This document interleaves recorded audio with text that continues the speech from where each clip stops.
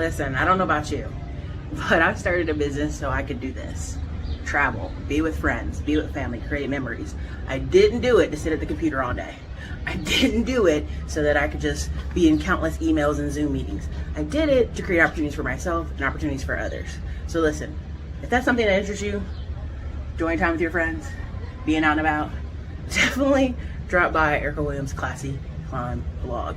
Check out the YouTube channel. We've got over 2,000 videos of free information that's actually changed people's lives. People actually post their new jobs, their new careers, their new businesses all the time over at the channel. What's up, everybody? Happy Friday to you. It's been a week. Been a couple days. Sorry, guys. I was going to drop some more content. But if you're in the Digital Liberty Warriors group, you had an ads video drop. If you're in the Middleman to Million School group, you had an ads drop. We talked a lot about how to get business, how to run those Google ads. This week coming up, we're talking more about Facebook ads. Walk through. If you guys have questions, put them in the school group. Engage, talk with each other. Some of people are already doing a lot of things you guys want to be doing. Okay. Secondly, on the screen there, those are all the ebooks. I know y'all be emailing the staff right there. All the ebooks that you need, want, top 40 certifications. You want to find out some tech companies that are hiring temp agencies that'll get your foot in the door. You'll be at home doing the remote right there. Go on in there. Also, you have Middleman to Millions class. A lot of new people. It's in there, Rhea. If you go in there, I've actually put it in the like you can see it on notifications and you can see it in the classroom on Digital Liberty Words. If you go log in right now, you'll see, boom, the video right there. It's probably maybe like 4 posts down. You'll see it. And so what we end up doing is we use school this past week, testing out schools, tools. So I'll have to work on like alerts. You see it? Okay, cool. You see it. So put your questions under there. Let me know. I know it's football season. I'm not going to stress. Friday, Saturday, Sunday, some of y'all going to be gone. And that's okay. Okay, because that's what part of today's video is on. Today's video is Tai Lopez, Nas Opening a casino, Las Vegas problems, and 10 ways to grow in 2026. I've got the 10 written down, ready to give that information to y'all. I always want you to leave this video with a clear call to action. What can you be doing? Okay. So this past week, everything I teach y'all, I laugh because I do in real life. I literally go to conferences. I'll grab new people's information and phone number. I'll call with them. I'll connect with them. Dr. Chaz, I'm probably going to text you here shortly on something near your area. I'm going back and forth. They're so excited because my energy's high that they're like, let me help you get what you're trying to get. I'm like, thank you. Then they're like, let me connect you over here to this person. So something that may take some of y'all, oh, it took me 2-3 years to do this. It don't. It really don't take that long. I know that sounds like offensive to some people. You really have to go to an event or two, grab some people's phone numbers, follow them like, hey, can you refer me to anybody? Then you just move and follow up. Because of taking that action, because of just calling in a 2-week window, the 25 people that got added to my life via contractors, solution-based people, loan officers, it's crazy. And if you're in those groups, you'll hear me talk more about it in there. If you're inner circle folks, you already know we're gonna get on the line and talk. I call most of the inner circle students, and they have my phone number because this is that kind of year where it's moving and it's moving fast. Why am I telling you this? Why does this matter? Because so many times people, I've been wanting to start a business. You'd be like, how long? It'd be 5 years. They've been talking about it. I've been wanting to do this. How long? They be talking about it. I don't want you to be in a talking mode with no preparation. Now, people going to be mad at me, but I'm going to say this. Tai Lopez is a great marketer. Well, no, Erica, no, we don't like Tai. Listen. I'm going to just get this out the way now. Y'all can be mad with me now. Tai Lopez is a great marketer. But Tai Lopez's biggest hurdle to himself in his life is he never skilled up.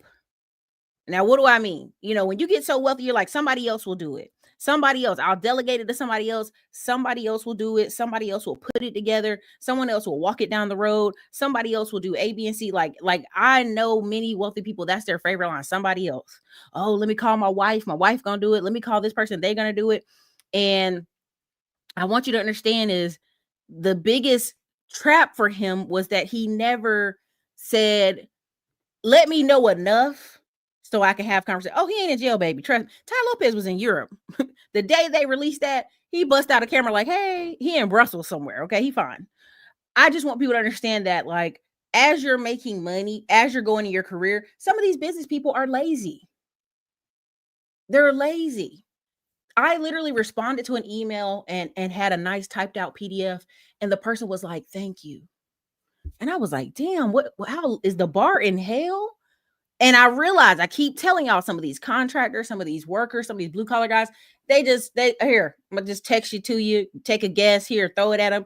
They don't respect professionalism, right? We got a lot of people who are blue collar millionaires and they got the way they got there, but there's this crossover where when you start asking people to send you out an email, respond in a timely manner, call back in a timely manner, call with a professional voice, don't call with a bunch of noise in your background. I don't care you picking kids up from school. Shouldn't sound like they're screaming and attacking each other. Just do simple stuff. A lot of folks don't do it because in America, we give a lot of slack. Every time I see these passport bros and these people, and you're like, why are you beating up on them? What happens is they go to another country and they realize, damn, like, had it pretty easy in America. Had it pretty easy. All right, let me show Tai Lopez, because some people are like, what's going on, Eric? What are you talking about?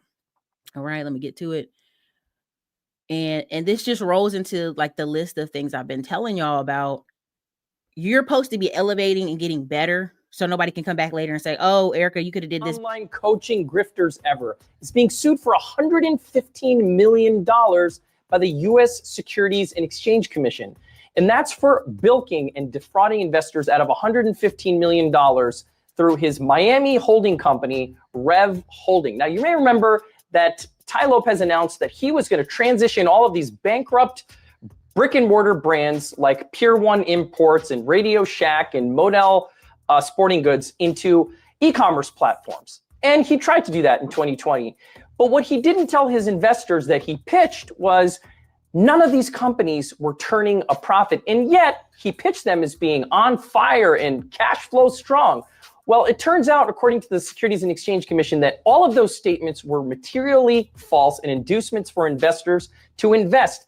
He even took out $16 million of investor money for personal assets. You can guess what that is. I don't know, another orange Lamborghini, or maybe another mansion in Miami or in Beverly Hills that he could shoot videos out of and convince you he's the best online guru for e-commerce. Who knows? But the Securities and Exchange Commission is not messing around, and they're saying that at least $5.9 million worth of dividends that were paid to investors was actually just based on more investment money, i.e. a Ponzi scheme. So I've said it before and I'll say it again. Tai Lopez is nothing but a grifter. He always has been a grifter. And it's shocking that people believe this bullshit and buy his online coaching stuff. Tai Lopez, one of the first online... Let me be honest. I met Tai Lopez. I told y'all the story a million times. I was going to Puerto Rico. Y'all know who in Puerto Rico. Let's stop playing, okay? I was going to Puerto Rico. I had a black, I'm talking about black is my shirt, Puerto Rican driver curls. I got the curls out. We talking via Google Translate because he knows no English. I know poquito Spanish. And we're like doing the finger pointing to get where we got to go. I'm having difficulty at the gate because first of all, the man like, oh, black lady, where you going? I'm like, I'm going over there. They're like, oh, no problem. Go through the gate. We go through the gate. We lost. We just are. I can't get my friends on the phone. Everybody in the pool at the pool party. I'm late from the airport. Everybody in the pool. Nobody answering the phone. We lost. Okay. It's Puerto Rico. The signal can sometimes be terrible. We go over to, we see two men walking. The guy pulls in. The guy pulls up and he rolls his window down. He's got a van now. The slider door. If you've been to Puerto Rico, you've seen them vans, them old ones. And he talking. And the man turn around, it's Tai Lopez and the doctor that's with him all the time. I forgot his name, but I've been to too many conferences with him talking. And they're talking in Spanish. I'm talking about good ass Spanish. I'm talking about good Spanish. I slide the door open and I go, Tai Lopez? Man, let me tell you, Ty had that fear in the eyes, like I'm gonna have to fight for my life. And I was like, no, I didn't mean to scare you. Thank you for helping my driver. You guys are awesome. I slide the door back closed because I already know, baby, you black, your hair is real big, you sliding a van door in a luxurious, wealthy area. This man think I'm about to kidnap him. Okay, so I slid that door back closed and went on about got to where the house we needed to go to. Everybody was at the pool party. Ain't nobody care I'm dragging bags in from the airport. So, but I'm pretty sure he thought he was about to get kidnapped. And I was like, thank you so much. You're awesome. And I closed the door. I was like, what a dork. You could have asked for a photo. You know what I mean? But he was literally shirtless with a hat on and shorts, like coming from the water. And I was like, this ain't the time. You know what I mean? You don't scared to shout this man. This man probably gonna poop. So long story short, I believe Tai Lopez is a great marketer. And along the way kept marketing and selling. And the reason it was able to raise so much money, I don't think y'all understand the power of these cameras, the power of, there's so many young business owners. Like, I know y'all think, oh, everybody's poor, everybody's broke. Listen, I'm going to conference and mastermind after conference. And I have room in between because I have to absorb the knowledge, and try to implement stuff in my business. But it's a bunch of people in their 20s and 30s. Like, I'm the only one in my family. I'm the only person I know. Nobody else does this. I don't know what to do. So they go through these, I'm just going to say it, gurus. There's several people gone through me, really expensive phone calls with me. Now they're big YouTubers, they're big influencers, they're big construction company owners. I had got a call earlier for somebody who's doing a construction project down the street from my project. And I was like, baby, tell me who your cement guy is. Okay. And I'll tell you who my other roofer guy is, and my framing guy is, right? Like, we're doing a phone call. Ain't talked to this guy in 6 months. He done blowing up, doing crazy, doing big. But I want you to understand, everything I try to talk about here, I do, I invest, I lose money. I'm a real person. Okay. So when I heard this about Tai Lopez, I'm not excusing anything he's doing. I'm not. But what he jumped above his skis. As you level up, don't be Dr. Umar. Pay for the help. Is that my number 10? Number 10, delegation mastery. I ain't gonna start the list now. The list is toward the back of the video, but delegation mastery, right? Sometimes you think you can delegate everything. If you're skiing above your skis, you need to delegate to an accountant. You need to find one or two. You need to delegate to a financial advisor. You need a team of people talking to you that you like, does this make sense? To this day, I'm still pissed. A dude at Mass Mutual told me something that he could have told me. A guy at Fidelity told me one thing. He told me one thing. If I'd have went back and done that, y'all, I'm talking about millions of dollars. I'm talking about 2019, before the 2020 blow up. And what happens is you have to have a team of people who are giving good counsel as you elevate. You should be paying for higher level people to come into. I'm talking about CEOs. I'm talking about Ivy League students. You know what I'm saying? Like 50 Cent joke about it, but he literally has Ivy League students around him. Okay. All right. And so what you have to realize is Tai Lopez done great stuff with the farms. He's done some great stuff buying other properties, other purchases. But when I saw him go back to that Las Vegas, Hollywood, what is it? Long Beach? What is it? Which one is it, y'all? I think it's Beverly Hills, right? He went back to that mansion. I knew what was up. He when you get stuck at a level and you don't know, like, he should never have came back on. Like Tai Lopez, I shouldn't see you online. He should be literally navigating rooms with money. I'm not even a big name nobody. I went to an event. Everybody in the room was a major lender around America. It was only 150 people at the event, y'all. So when they're shaking hands with us, they're like, what do you do? Do you need some money? How much? You build an apartment? What are you doing? You're like, oh shit, I'm in the room. We're talking to one lady. She's the vice president over 1,000 person council event, right? She's big money. And she even was like, oh, don't worry, come join me in Las Vegas in 2 months. Girl, we'll do this and this and that. So why I'm telling y'all this, and y'all think this is like, oh, Erica, come on. I'm serious. It don't take much to get to the next level people. It doesn't take much to be in a room with 4 or 5 private lender companies, VIPs, and vice presidents and CFOs. It doesn't take much, but you have to acknowledge, I don't know everything. I can't do everything. So I have to move up, right? I have to move up. I have to ask questions. And so that's one of the problems I always saw with him, is like, he was getting too arrogant. He didn't think like, oh. Breaking news. Tai Lopez, the Lamborghini in the garage guy, just got charged by the SEC for running a $112 million Ponzi scheme. Allegedly, $16.1 million went to fund his personal lifestyle, and another $5.9 was misused to pay back the investor in a Ponzi-like scale scheme. Now, I've always said this: when they flash their cars, their planes, and their watches, that is a red flag. Chances are you paid for that. Nobody's perfect. There's always a risk. People lose money. People make mistakes. That's called investing. But if $1 billion brand with real infrastructure couldn't out Amazon, what makes you think that some called guru with a Lamborghini in his garage could? I'm not saying I told you so, because I told you so in previous videos I did, but the bigger... He gets on my nerves. He's the worst. JT Fox is... Remember, just up there. They can't control you if you read the right book.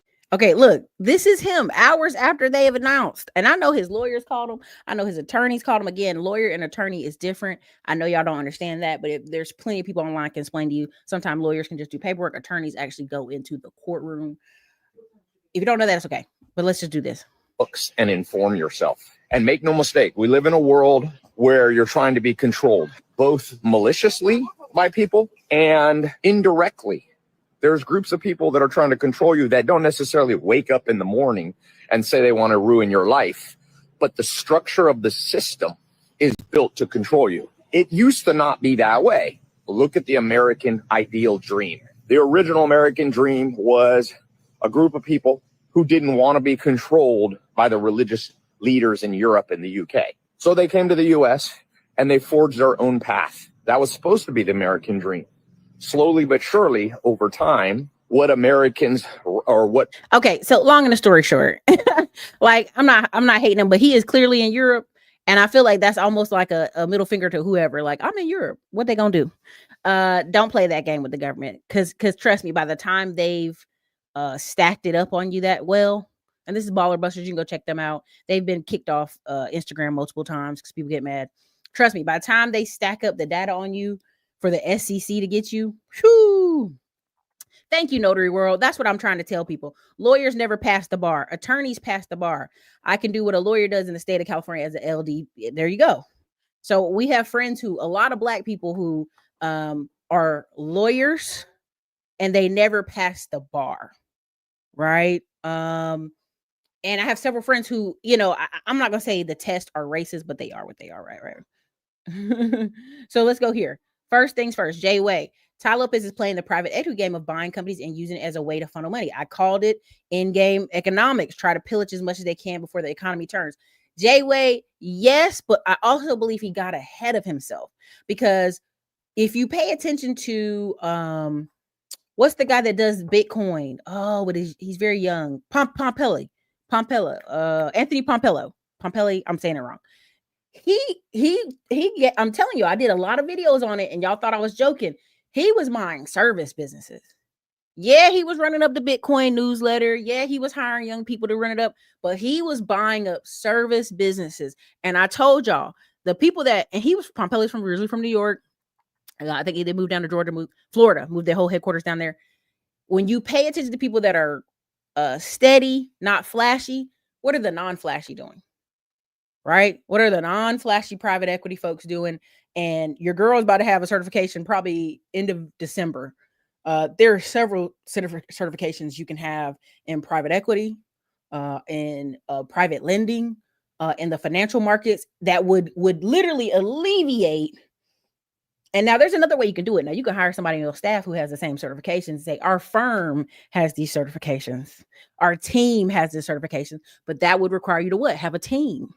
But there's a lot of these certifications out here that you can get that would prevent you from getting in trouble. He could have, even with the farm, right? I've seen a lot of ads for people's farm meat lately. I don't remember the exact name of Tai Lopez's farm, but he just did an event, I think August 31st at one of the farms. So trust me, like farms, blue collar businesses that have to run every day. The average American is just trying to get to the house and watch TV. And if the internet's messed up, the AC or heat is messed up, if the roof is leaking, like they need that fixed. That's immediate. Housing's number one. That's why when I meet people who are like, I just want to rent, I don't want the responsibility. Like you 2 steps from homelessness. And I mean that. Like, I mean, I don't care if you, I got thousands saved in rent. I saved up my money. I saved. Like when I hear the word save too often, I go, what's your investments look like? And then they give me a blank stare. I already know what time it is. So, he was playing in-game economics to a degree where people were so loyal to GameStop, right? Remember how the whole GameStop mania went, oh, I'm gonna buy Radio Shack and Pier 1 and I'm gonna have the online website link and I'll just send internet traffic to the online link. Yeah, people will still buy. Will it be enough to cover your debt? Don't know. A good team will tell you no, while a bad team will tell you you're great at everything. Yeah. It's dangerous. I'm telling you, know to your world, man. Listen, the amount of accounts you can manage is crazy. Man, I'm a paralegal, so I'm registered and bonded in Los Angeles to become a legal document assistant. I can prepare legal documents, but I can't give legal advice. There you go. There you go. There you go. So let me go into this other part I was going to tell y'all. But is everybody clear on Tai Lopez? What's going on with the Tai Lopez? Sometimes life be lifing, y'all. Sometimes life be lifing. Let me get here. Where's the other thing I had? Do I have it? I might not. I'm gonna do a whole video, y'all, on Africa and France. And it's gonna be kind of a departure, kind of nerdy. But I find it very intriguing to me. So y'all can look at it, don't look at it. I might pre-record it. I don't know. But it's very intriguing to me, the Africa thing going on right now in France. Oh, for sure. I mean, if he was smart, Bella, there's a million things. Again, I'm not Brandy. I'm not an accountant. I'm not a financial advisor. I'm not licensed. I ain't passed all different types of tests I need to pass. So I'm not, what I'm on this channel, it's like, I'm never giving you financial advice. I'm giving my financial opinion. I'm giving what I would do in these scenarios, what I recommend sometimes people do. Like I'm being very careful in that because I know they don't play. And then the training I got in college, yeah, they don't play. The internships I did after college, they don't play. Now, what's his name that's always beefing with people? He already did a video. And y'all can go watch that on your own free time. But I'm just saying the SEC is almost like the FBI. Like you're going to do something. You either give me some money or you're going to do a year or two in white collar jail or you're going to do something. You got to meet me halfway, right? So here, let me just skip this up a little bit.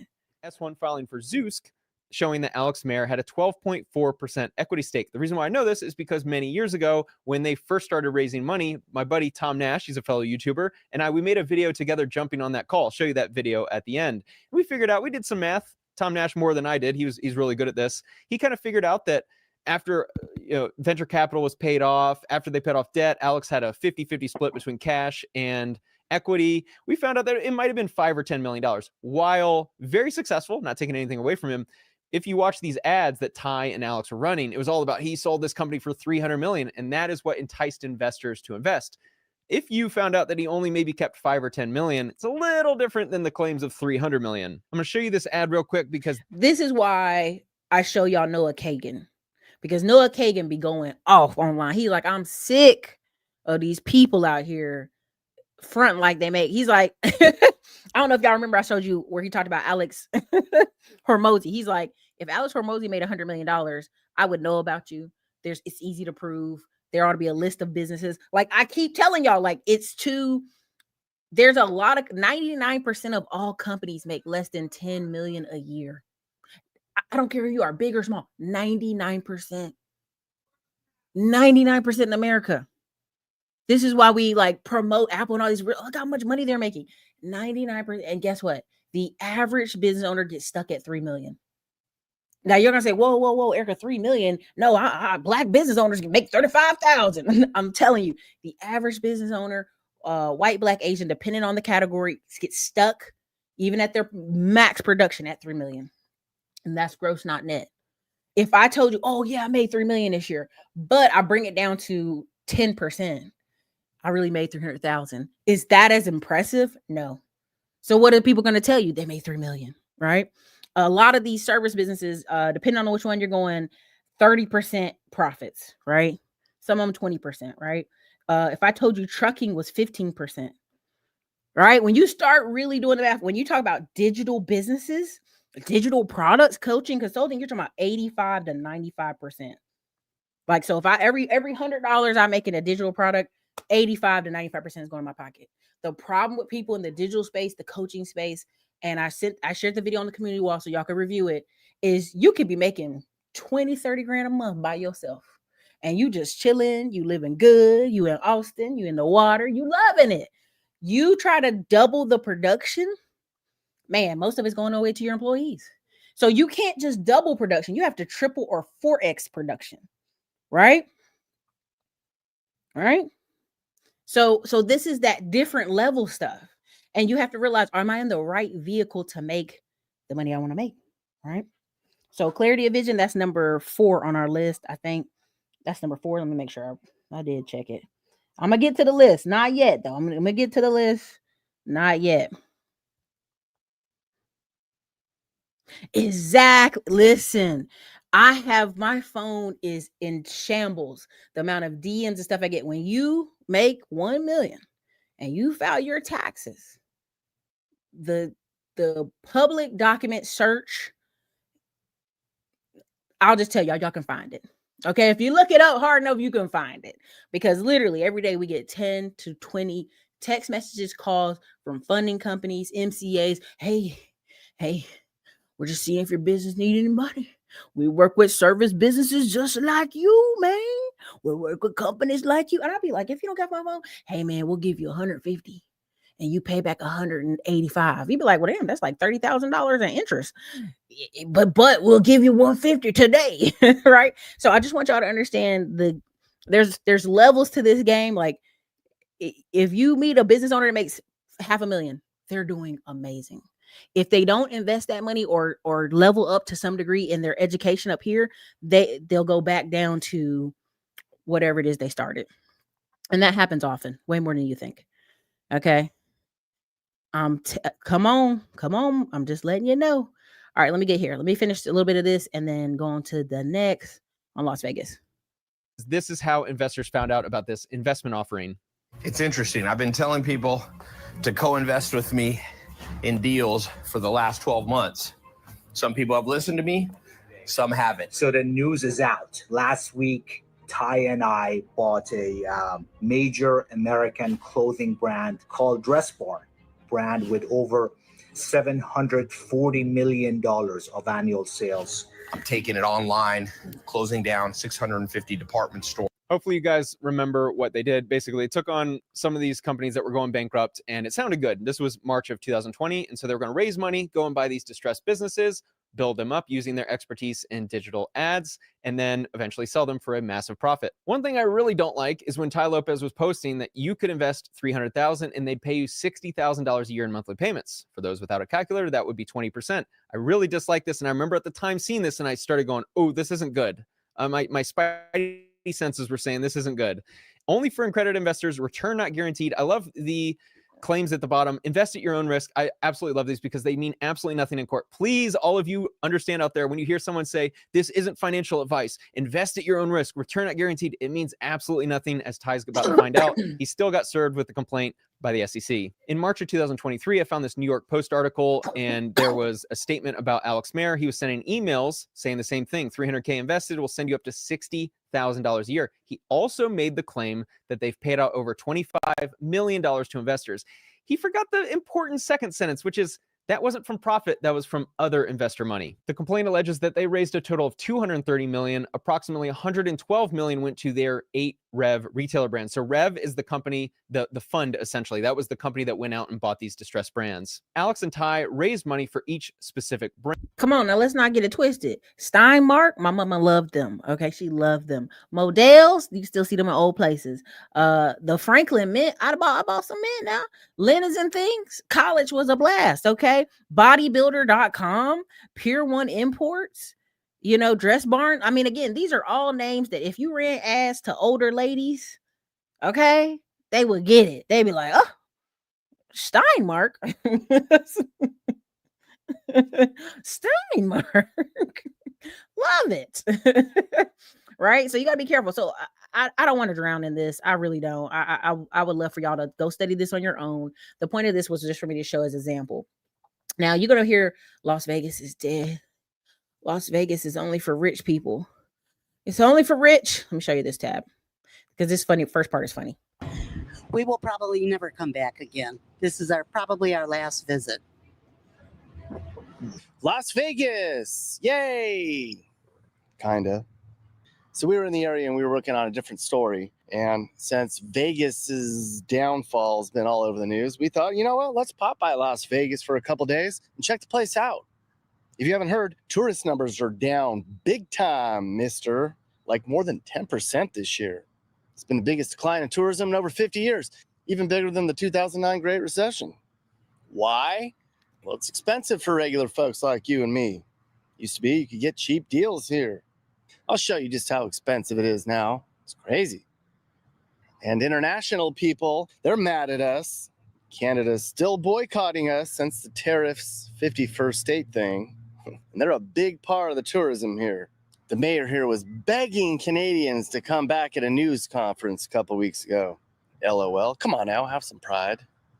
No, it's even more than that. All the Latinos don't want to come up here because they're afraid of getting deported.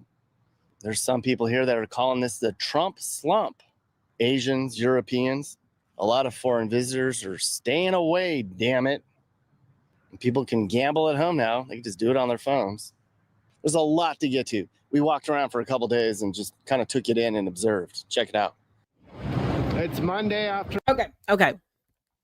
Now you're gonna say, well, Erica, everybody knows.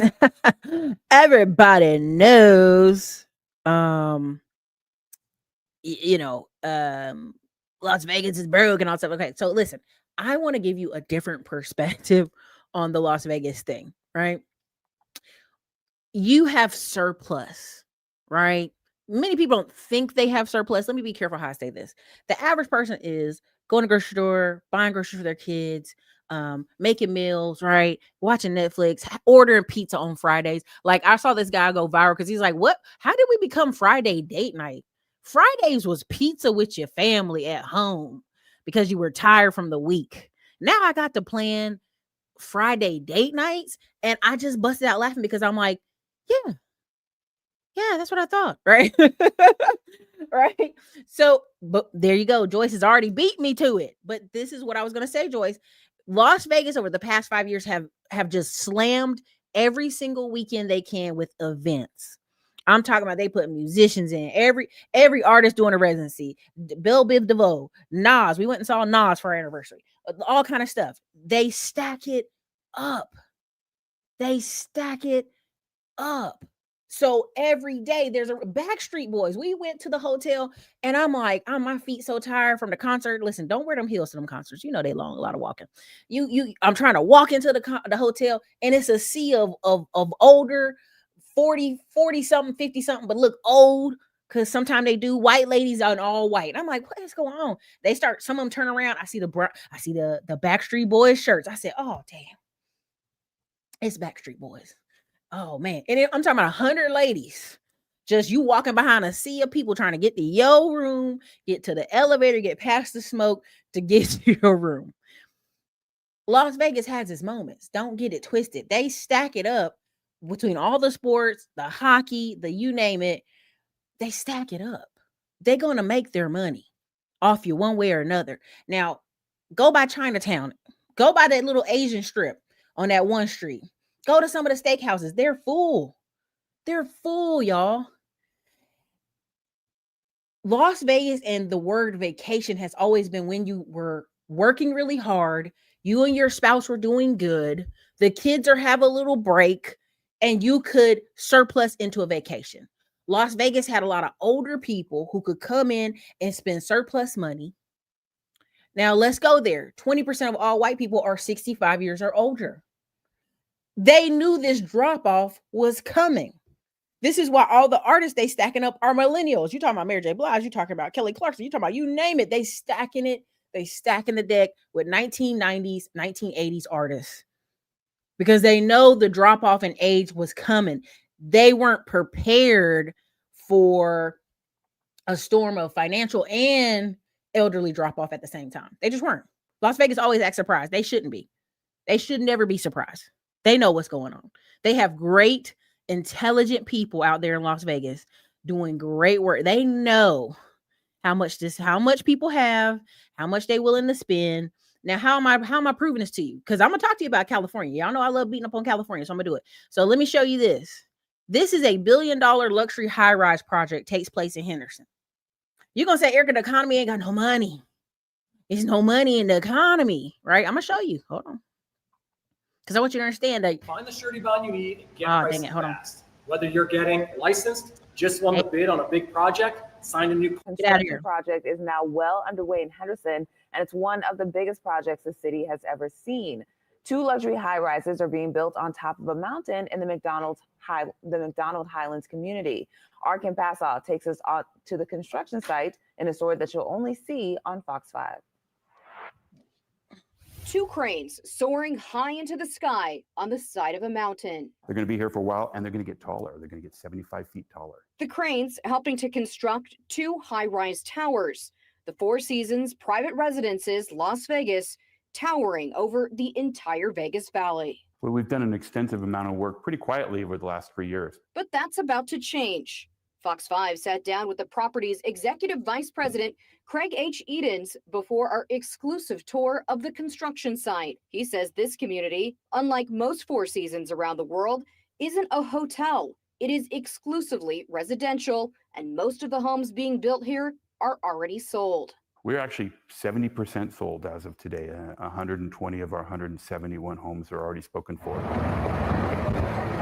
Chiseled out of the side of the mountain, all of the roads are now in place, all utilities run to the site, and the first part of the foundation poured. 120 concrete trucks poured this mat foundation earlier this month. The first part of November, that will be the 2 big pours of the main foundation. And then from there, it goes really fast. These are the cell towers on top of Black Mountain, and we're about at that same level in here on this section of the mountain. This is where the foundation of the North Tower is. The South Tower will go right behind that. Both of these towers will go up 24 stories. We're standing at the 7th floor, basically the amenity level of the South Tower. There's a few high rises on some ski resorts and places like that, but certainly nothing here in Southern Nevada. We're on the same level as the plane that's coming in. And we put it 600 feet above the airport to take advantage of these amazing views. Kim Passoff, Fox 5 News, local, Las Vegas. Now you're gonna say, well, Erica, that doesn't count. You know, Las Vegas is broke. You don't know what you're talking about. Listen to me, y'all. the laws that are coming through the door for California, baby, them Californians is about to beat feet. When New York puts that mayor in, guess what's going to happen in New York in the fall, October? They're going to be beating feet to Florida, Carolina. I literally am in emails with realtors all over the East Coast because of various things and YouTube, and people will reach out to me and they all say the same thing. They're getting an uptick in New Yorkers blowing them up. Hey, just seeing what you got on the market, seeing what's coming down in price. You got people in Las Vegas who are realtors. Ask the realtors. They're going to say, oh, it's such a bad time to buy houses. They have California. They have a new construction subdivision over by the mountains. What is that name of that street called? and they're selling out, right? And people are like, oh, that's because they're cheap homes. That is because the California people are feeling it. They slide into the door. And people are like, oh, Erica, that's not true. Listen, the same way I make fun of the passport bros, I make fun of people who leave California and New York, and then they talk about California and New York for 20 years. This is where the wealthy will be living. They already have massive locked-in contracts for $1 million condos, right? Look how much water they're going to be using on the rendering, okay? They're going to be watering, sucking up whatever water out the desert, okay? They're going to be putting them palm trees on this bad boy. That's why when y'all sit here and tell me, well, you don't know, Erica. You don't know. I'm telling you. I stay in too many emails and too many phone calls. Did 20 the past 2 days in a row. My ears hurt. Okay. I'm letting you know. This won't just be a status symbol that I live at the Four Seasons. This is a tax play. This is a movement play. This is a money play. It ain't no joke. It ain't no joke. Because you may say, well, the local economy is getting worse. These people ought to be afraid of getting broken into. They're not. They're not. They're not afraid. They're not worried. They already got plays moving, y'all. They already got plays and moving. Vegas and Phoenix is where all the Californians go. Yeah. And when the crime gets worse, they're going to move into gated communities, more expensive communities. They're going to lock the gate behind them, right? They're going to move. They're going to move. And guess what? In the summer, when it's too hot, when it's just too hot in the summer, they're going to be in whatever other city they want to be in. That's Colorado. That's Wyoming. That's Idaho. I went to SEMA Car Show talking to business owners, a dude who owned two dentist offices. He owns a dentist office in Phoenix, well, Scottsdale, and he owns a dentist office in Colorado. Him and his wife homeschooled their kids. They got 4 of them. And when it's hot in Arizona, in Scottsdale, they're in Colorado. They're doing summers in Colorado. They got their kids with them. And when it's cold, too cold in Colorado, they go spin it in Scottsdale. It gets cold in Scottsdale too. Don't get it twisted. But I don't think y'all understand there's a level, and they're not super rich. I just saw him at the SEMA Car Show with a nice souped up car, and we start talking. And he started sending me emails, all this other stuff.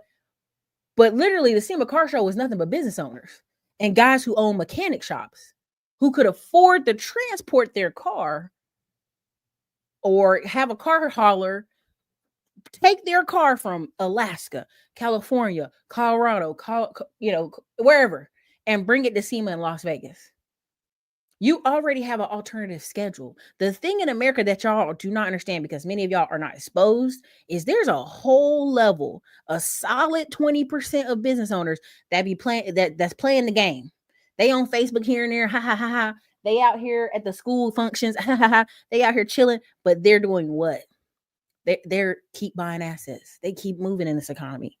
The best thing Beyond Win is doing in Cleveland is teaching his students how to hunt their own deals, how to make their own deals, how to flip their own projects, and we all make money. Okay, so let me get out of here. I just want to show you this is a nice view. I ain't even gonna hold you. This is a nice view, right? Wouldn't want to be there in the summer. Nice view. 12 acres, 171 units. Okay, baby, they sucking up water over there. Water.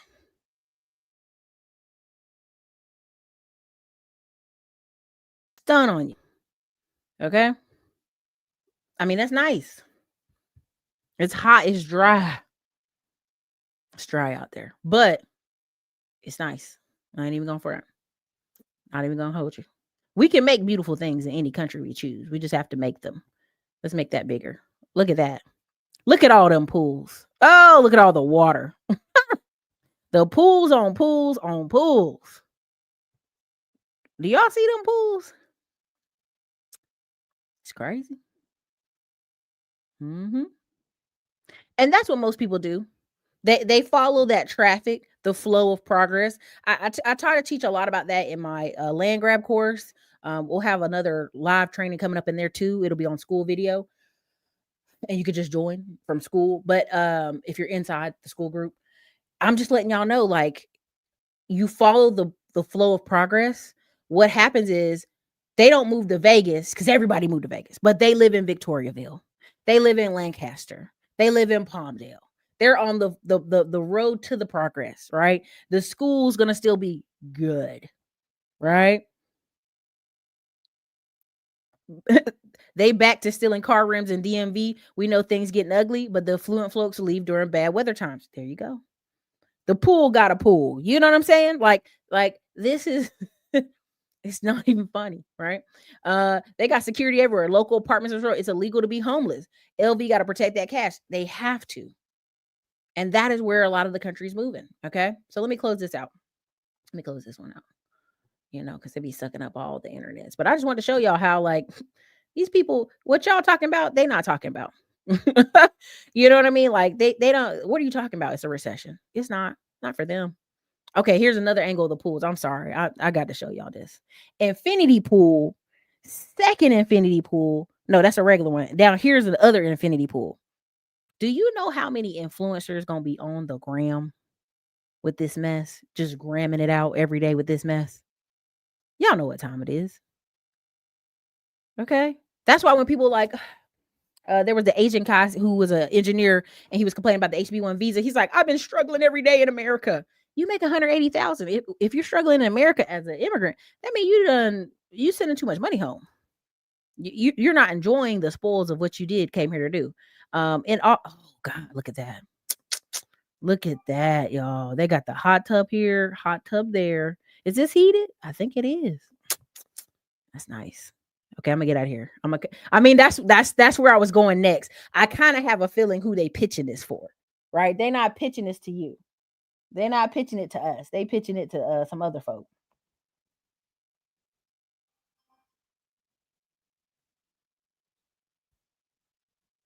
They pitching it to some other folks. So let's keep it out here. Let's get out of here though, because we'll get lost in the sauce.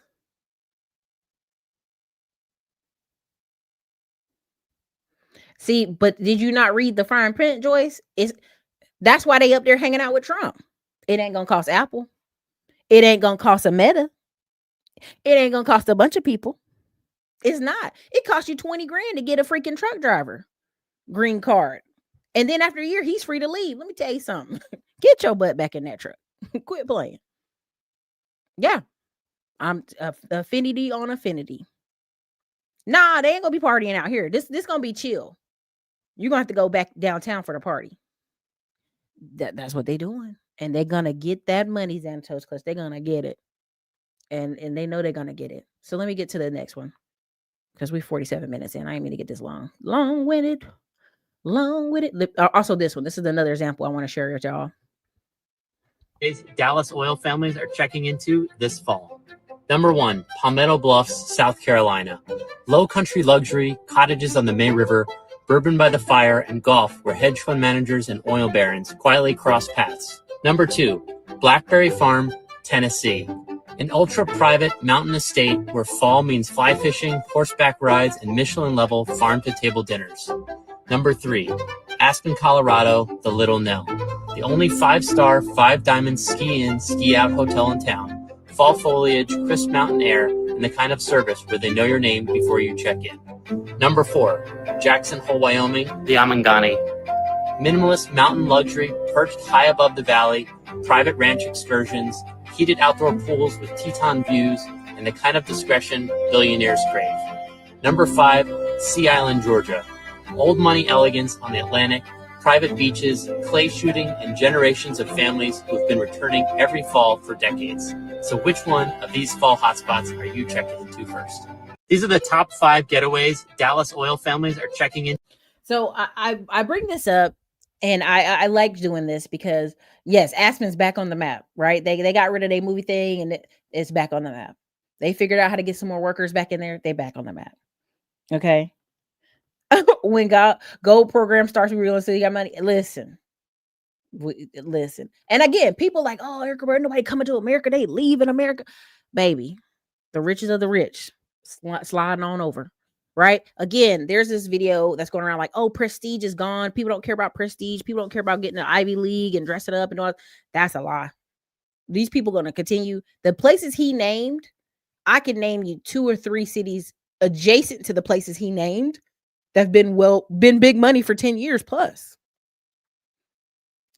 10 years plus, where he's talking about South Carolina, you go 2 islands over, big money been out there. They ain't naming them because they want to keep that to themselves. Okay. The ones he named in South Carolina, Georgia. I think y'all, what y'all don't understand is Rhode Island. Like, did anybody watch The Gilded Age? It's okay if you did not. But if you ever watched The Gilded Age, you're like, oh yeah, New York, New York, New York, New York, Rhode Island. Who came up with that? Slave owners in South Carolina, slave owners in North Carolina, slave owners in Virginia. When it would be hot in the summer and they would have outbreaks of cholera, of diseases, the slave owners was like, we got to go up north. We got to get moving. Tabby Islands for us, Tabby Islands for the Black wealthy, right? Like, and I can show you a couple videos on that.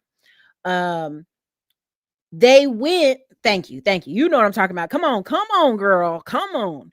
Like, I went to Rhode Island because of this, right? I'm going next year. The place I wanted to go in Rhode Island, the place it's like $1,300 a night to $1,700 a night for this particular hotel. It's a bed and breakfast. It's super beautiful. I said, wait, $1,700 a night? Oh my God. I was like, let me prepare myself because next year I'm gonna go for the whole week. I ain't gonna do no 1-2 days, right? And so the Gilded Age, all that stuff you see in Rhode Island, those are slave owners from North Carolina, Georgia, South Carolina, who went up to New York. It was a thing to get on the boat, slide that boat up, or get on the train and ride up when in the summer it's so oppressively hot in South Carolina. And then the slaves would have an outbreak of cholera, outbreak of dysentery, or they would get sick. And so when you wanted to kill some of these slave masters back in the day, magically people would die in the summer. They're like, oh, the heat must have got them. Now them slaves got them. They gave them something in that soup, got them right up out of here, right? There's a thing we have in North Carolina called strawberry soup. If you could look it up, the Native Americans were big on it. Slaves were big on it because you could smash some strawberries, put them in a little bit of ice, let it, water down a little bit. And there's different ways you can do it, but it would be a treat. Then they had stories of where slaves poisoned the strawberries. Poisoned the strawberry soup in the summer, killed whole houses. I mean, it's just, so they had the old money go up there in Rhode Island because they knew it could be a nice clear coast. It's like 75 degrees, 85 at most. They chilling, right? And then New York is like, nah, we got big New York money. Let me show you. Vanderbilt's over there like, let me show you big money. Where's the Vanderbilt's also? North Carolina. The Biltmore, right? So all this stuff, whether we want to acknowledge or not, goes and tracks back a little bit towards slavery, but people ain't ready for that part of the conversation. They're not ready. They're just not. And that's okay. We ain't got to do that today. The Hamptons, the Martha's Vineyards, the Oak Bluffs. You've always had, Tennessee and North Carolina in the mountain parts had historically Black families that are so wealthy because they were the only Black families that did dentistry, did funeral homes. They would take the horse, buggy, and wagon with the thing in the back, and the police and the Klan would be like, "Where you going?" "Oh, we're going to get to some death." Oh, go ahead, brother. Go on. Even the Klan didn't bother you when you was going to go bury somebody. So those historical Black families have made so much money that some of their kids are what you see in Senate right now. They're what you see in the Congress right now. Right? It's crazy. The locals of the Hamptons in New York are upset because the prices are increasing. Yes. Right? And so there's a level to being wealthy that they're not doing it for the stuff. They're just doing it to be relaxed. But if the prices keep increasing, then they'll have to invest more. Come on, Jason, tell them the full name is Rhode Island Plantation. Okay, there's a lot of names out there, but it's beautiful. It's worth seeing. That's why I just want to slide that to y'all real quick. Let me go to the next. Let me wrap this up because there's a lot I had to show y'all, but I'm gonna do this one next. American homeowner has approximately $300,000 to $315,000 in equity as of late 2024, with $200K tappable equity. These rates go to 4%. Like somebody just asked me on Instagram, they go to 4%. What do you think is going to happen? That number's going to go crazy. For those of you who've been waiting for this crash, and for those of you who put out all these videos about the crash, I'm still waiting. right? I'm still waiting. And guess what? If there's a crash, we're going to eat in that too. But for now, as homeowners, and for those of you who are on the sidelines thinking about home ownership or investing, you better come and participate. Because 5 years ago, I still got the videos. When COVID came and I told you y'all should still go out here and buy real estate, a lot of y'all were looking at me like I was crazy. And if y'all had participated then, you'll be one of these people who have about 300,000 in equity.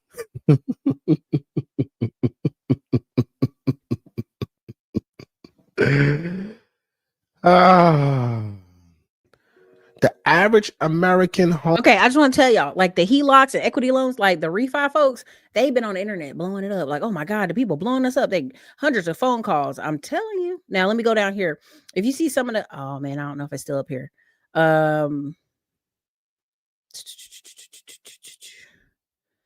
I'm still waiting on that crash meeting. You said what happened. If you go on here, I'm trying to find it. People kept saying, okay, here we go. It's hyper local. Some markets are crashing like Texas and Florida. And the people keep saying that don't live there. They don't live there and they aren't invested. That's the craziest part. And I love how everybody's trying to get over to YouTube. I love that. Average person won't use cash route refi the right way. The mindset is solid, right?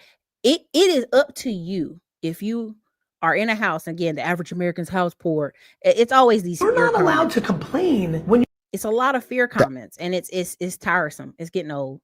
True history class, man. You know, there's so much we could talk about. It's so much we could talk about, but I let other people ride that lane. I'm always just like, what can you do? That's my whole point of this.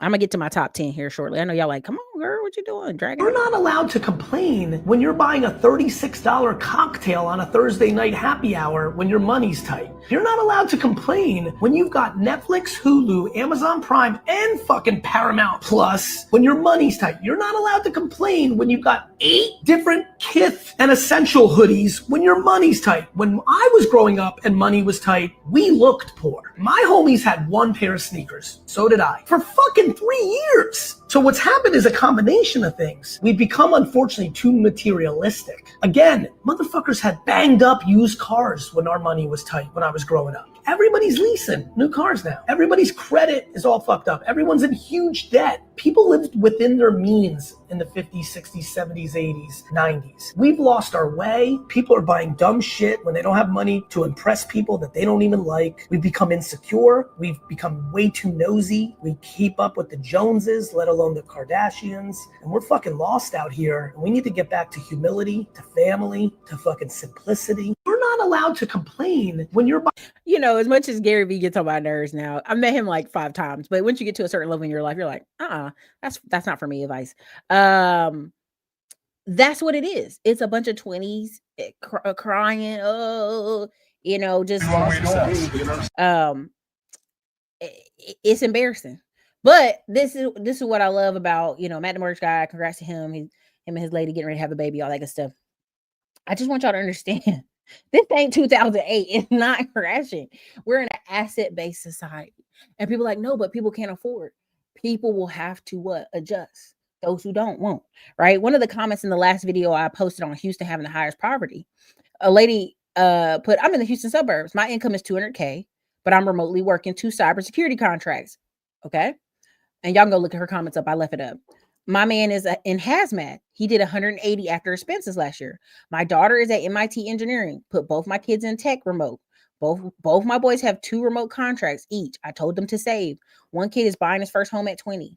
He currently makes $29 and $36 an hour, of course. When I started with him, people said I was lying. It wouldn't happen. I told them to ignore him and keep studying. Just keep interviewing. I got him an investment property from a tax auction. They both started in IT support. I got over 20 plus certifications and landed additional teaching opportunity from attending a free cybersecurity teaching course. I followed Dr. Dick's suggestion and finished my master's in cybersecurity at WGU. Then I was qualified for teaching. Folks using the internet to complain. They don't use the same hours to upskill. Y'all, every time I tell y'all about this stuff, right? I'm real serious. It's out here. And it's available. And I remember when I had my coffee shop in my hometown, I remember my friend, she's half Asian, half Black, told me, oh, a bunch of the group of people that we hung out with and drunk with and had beers with were like, oh, they can't even believe that's yours. That's no way you're running that. It must be your parents' business. How could you afford to do that? I was like, dude, my father and my grandma died. I just said, I've inherited some money or something to that effect. Right. And I was like, I'm there every day. I'm running an actual film festival, Sand Hills Film Festival. I'm running this actual store. I'm doing these things. I'm starting these things, and people can see it, but they're like, no, my eyes are lying to me. You can't convince these people who want to be in denial. Y'all cannot lose sleep trying to convince people who want to be convinced everything's in poverty and everything's a crime. That's why I say there's some Black people I'm just like, good luck. You want to play the generational thing and you want to keep going to jail and stealing and doing drugs. It's like, damn, is you a caveman? Is you retarded? What are you doing? It's weird. In a country where there's a lot of opportunity, it's weird. I meant to read this earlier. Joyce came and she talked about Las Vegas. Job market is so-so, mainly hospitality, transportation, and retail jobs. They say high rollers are spending. No more cheap buffets. Race car in November. SEMA in November. Real estate is up. All right. This is why when I put together that ebook and that video hit like 35,000, I knew what time it was. And that's why I put ahead and put the ebook together and was like, go ahead and get it. It goes back to certification, right? Also, same thing now. No cash bails. Equal assets for collateral now. Don't go to jail. They showed a white boy who was selling drugs. He wasn't even selling drugs at his parents' house, but he lived at his parents' house like in his childhood room. And he's in his 30s, okay? This is New Jersey. The police came and took the parents' house to offset the cost of how many drugs he got caught with in his car. They're coming for people's assets because that's real money. Like, they don't want you to do regular bail. Okay, they don't want that. They want that house. Okay. Yeah, I mean it's real crazy out here. Let me go over here. Only reason I want to show this clip. Let me go to Be All Wins page real quick. He just did his last lap event. Again, when I talked to you about Cleveland, I talked to you about the Midwest. Cleveland and Detroit, boy, depends on the city you in. Like I think Cleveland's the winner after many years of paying attention. A lot of these people are coming in and they're Black professionals, and they'll buy a house for 30, 40K, 20K, 10K, right? And then they'll come put 30, 40 into it, turn around, get it rented for Section 8, sell it to an investor out of town. Why is there such an opportunity for this there? And all these people he's showing, you can go watch their channels, you can look at their social medias, they all show you capital stuff on repeat, right? Because the cheapness, right? The white boys and I'm gonna just tell you, everything has levels to it. Everything has levels to it. The white boys that you saw in Bigger Pockets about 5 years ago, maybe 7 years ago, let's go back a little bit further, 2017, they were in these same markets. They made their money, then they moved on to what? Airbnbs, mobile home parks. They moved on to bigger investments, 12 units, 16 units, new construction, right? I promise you, once you hit new construction, you really don't want to do flips no more. But it depends on what your business model is. You got to do what you got to do to bring in income. But I want you to go, if you get a chance, go look at his page, look at his information. Go see the young people he's got on there, because that's a amount of money that people can play in, right? It's the amount of money they can pay in. What's going on? I'm Giovanni. I'm on my 10th property. About a year ago, I had lost everything, and I had $3,000 in my pocket, and I bought his Cleveland field training, and I drove 30 hours from Las Vegas to Cleveland, Ohio. My name is Andre from Queens, New York. So once I got the information and the resources from inside the mentorship, I have 14 flips in within 14 months. I started off doing buying holes since March of last year, completed 13 flips. I have been in the mentorship for about a year and a half, and I've done 7 properties now. My name's Rich. I've done 9 flips in Cleveland and 9 outside of Cleveland. My name is Renisha Johnson. I have done 12 properties in Cleveland and 4 in Atlanta, and I've also helped my clients get 22 properties in Cleveland through working with me. My biggest takeaway, relationships over everything. I have built so many great partnerships here. When you add value to other people's lives, it just comes back to you tenfold. A lot of things that you may try to do in life, you need a community to do so. Found my first property through one of my friends, Chad, and I was able to purchase my second one within like a month after that. Partner up, reach out to people, talk to people, share ideas. You get a lot further with people than trying to go by yourself. Everybody's always there to help me out with any questions I need. I'm able to lean on the community and like beyond. He's been pressing on me, like having that community that can support you is very important. And that's what's been my biggest takeaway from here. Okay. All right. So you can go check that out on your own. I just wanted to show y'all that because what happens is we get obsessed with the headlines that everybody's broke, everybody's getting fired, everybody's losing everything. Him and Andrea, I don't know if I still have her information on here on Instagram. But she does great here in North Carolina. Mobile Home Mommy does good. I can name a ton of people, right? Who do a great job. The key here is not wallowing in it's not perfect or it's not the perfect opportunity. They're gonna keep making money out here. So you can decide that you want to join or not. Now I don't want to scare you, but I'll do a little bit to show this for a second. Everybody got lost in the sauce talking about Kurt last week. So what happened? And why did I bring up California? I told y'all California folks gonna be like the passport bros. They leave California and then for 20 years they talk about California. Statewide government censorship is Gavin Newsom's signature. Now, am I exaggerating about how bad this bill is? No, I am not. Here is the actual bill. You can pull this up yourself on the state's website. The bill is called SB 771. It's called Personal Rights Liability Social Media Platforms. Title 23 of the bill, it defines the penalties for breaking this new California law. If you post something on social media anywhere online that the state of California deems to be hateful, there's a penalty for that reckless violation, a civil penalty of up to $500,000. For an intentional, knowing, or willful violation, a civil penalty of up to $1 million. California just passed the most censorious bill ever to be introduced in this country, SB 771. All right, so if you read this, he's like, am I getting this right? If you post something the state deems hateful, they'll give you a $500,000 fine. Now, this is why I said people who leave California will be California's best warriors.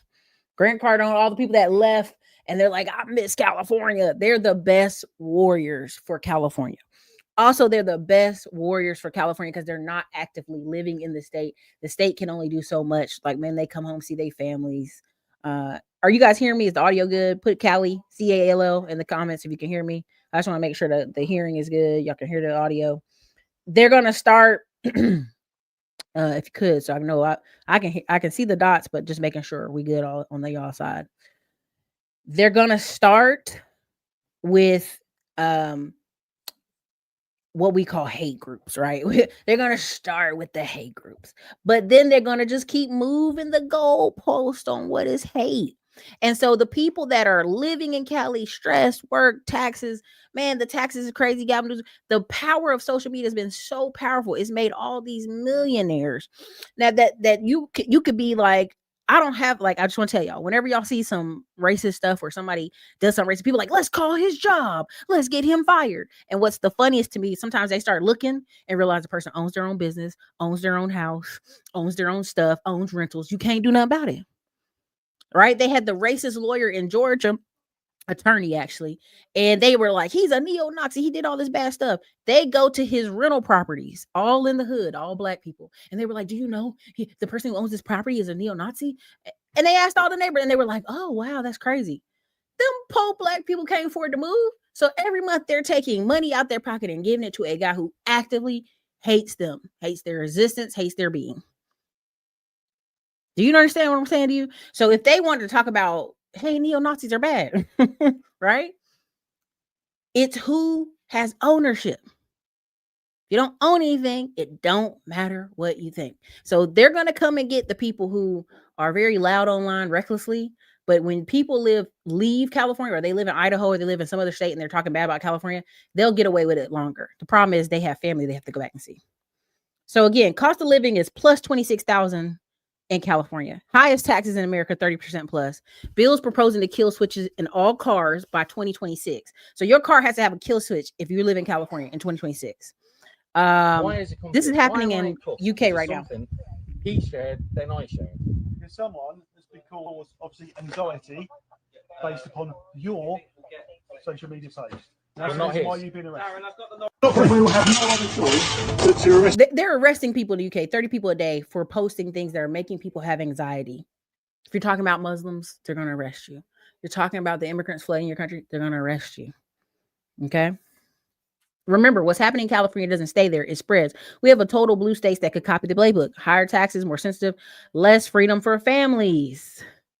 This guy left California years ago. I saw where it's heading, so I stopped relying on one state and one boss and one paycheck.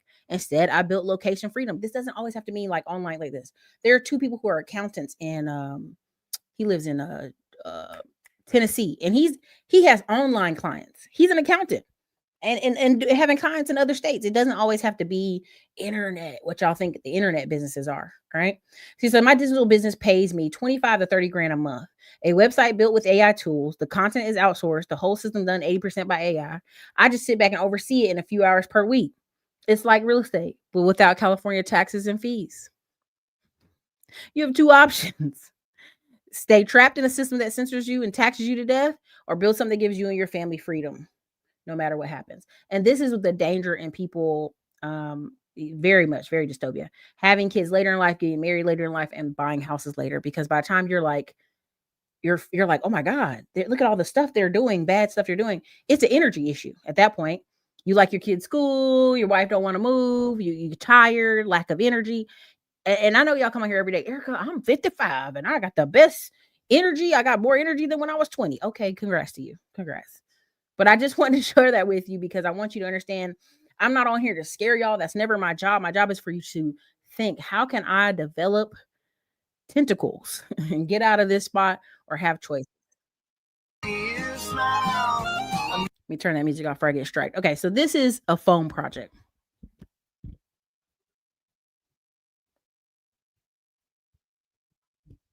Okay, since I muted that, I probably should talk. So you're seeing spray foam. This is the guy who's in Charleston, South Carolina. Spray foam on certain parts of the building makes sense. Certain parts not having spray foam makes sense. When you're building these very high ceiling buildings, when you're building a lot of this stuff that you see in Arizona, a lot of Arizona has spray foam. That's why the buildings can stay so cool, right? When I meet people who have a hot garage, I'm like, why don't you get some spray foam? And they always look at me crazy. It's a quality check. It keeps the heating bills down. You're going to see people building custom homes with copper pipes and parts of the house, not the whole house, in spray foam. Why is this? Energy efficiency, right? Reduces energy loss, lower monthly quality bills. I told y'all I tried to buy somebody's spray foam company. They pretty much only work in the summer, and then in the winter they go sit down and relax.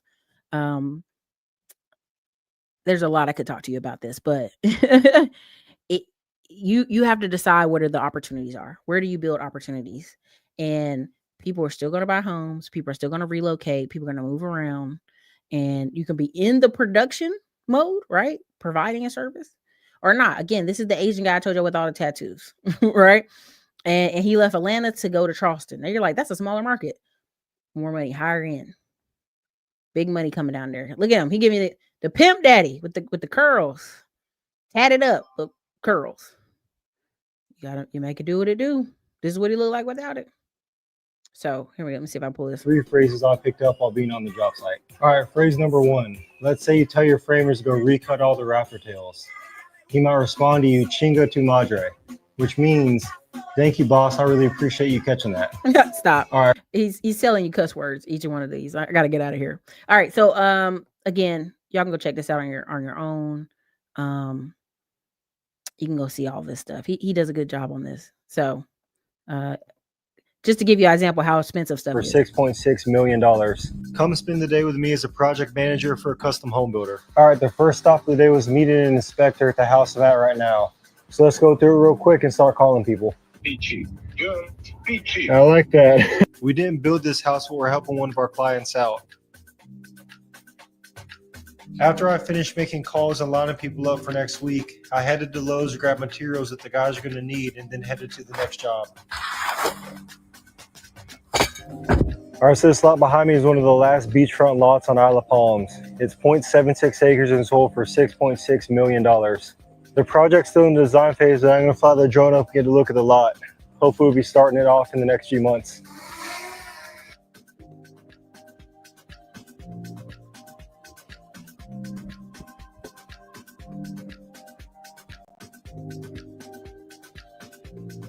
Then I headed to the retreat on Daniel Island where we have installation going on. These lots out here are going from 1.5 all the way up to $6 million, and the homes are absolutely massive. After checking on the guys, it was time to head home. It's 0.76 acres and sold for $6.6 million. Come spend the day with me. Okay, I hope y'all heard that correctly. That's literally not even a full acre for $6.6 million. I just want you to make sure y'all heard that down there in South Carolina. Again, these people are going to do a combination of Rhode Island, Martha's Vineyard in the summer. All right, because it's muggy in South Carolina.